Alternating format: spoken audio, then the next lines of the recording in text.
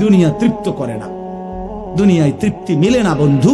এটা তৃপ্তের জায়গা নয়, এটা তৃপ্ত হওয়ার জায়গা নয় বন্ধু। আল্লাহ তাআলা কোরআনে ওয়াদা দিছে, বান্দা জান্নাতে আইসো, তোমার আমি তৃপ্ত করে দেব, সুখে ভরে দেব। মা তাশতাহি আনফুসুকুম, যা দিল চাইবে বান্দা আমি সব দেব। তোমার চাওয়া শেষ হইলে ওয়ালাদাইনা মাজিদ, আমার কাছে আরো অগণিত আছে কোটি কোটি নিয়ামত, যেগুলো তুমি নামও জানো না, চিনো না বান্দা। তুমি চাও নাই, আমি আল্লাহ নিজের থেকে আরো কোটি কোটি দেব। তুমি আইসো বান্দা, তুমি জান্নাতে আসো, তুমি সবর করো, অপেক্ষা করো। আল্লাহ আমাকেও বুঝার তৌফিক দান করেন। মূল বক্তব্য হইল, আল্লাহ তাআলা বলছেন এই পৃথিবী একদিন শেষ হবে, হাসরের মাঠ কায়েম হবে, মানুষগুলোর দুইটা অবস্থা হবে, কিছু আমার প্রিয় বান্দা হবে, কিছু নাফরমান বান্দা হবে।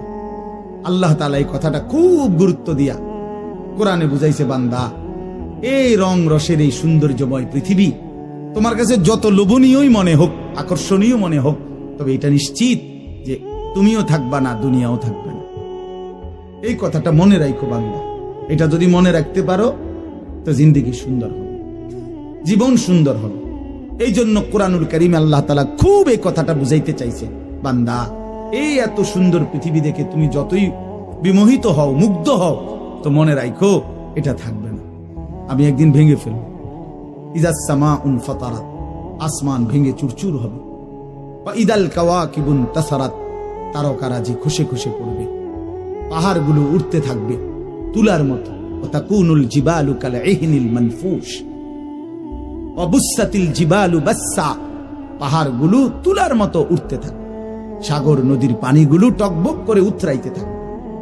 মা তার কোলের বাচ্চাকে ছুঁড়ে ফেলে দিবে, গর্ভবতী নারীর বাচ্চা নিজে নিজে বের হয়ে যাবে, সব মানুষ পাগলের মতো মাতালের মতো হয়ে যাবে। ইসরাফিল ফু দিবে, জমিনের মধ্যে ভূমিকম্প শুরু হবে, বিকট শব্দে আওয়াজ হবে। আল কারিআতু মাল কারিআ। আল্লাহ তাআলা এই কথাগুলো বহুভাবে বহু আয়াতে বুঝাইতে চাইছেন, বুঝাইয়া বলছেন, বান্দা একদিন তুমিও শেষ হবা, আমার এই সৃষ্টি জগৎ শেষ হবে, হাসরের মাঠ কায়েম। তো এখানেও আল্লাহ তাআলা বলছেন, কাল্লা ইদা দুক্কাতিল আরদু দাক্কা।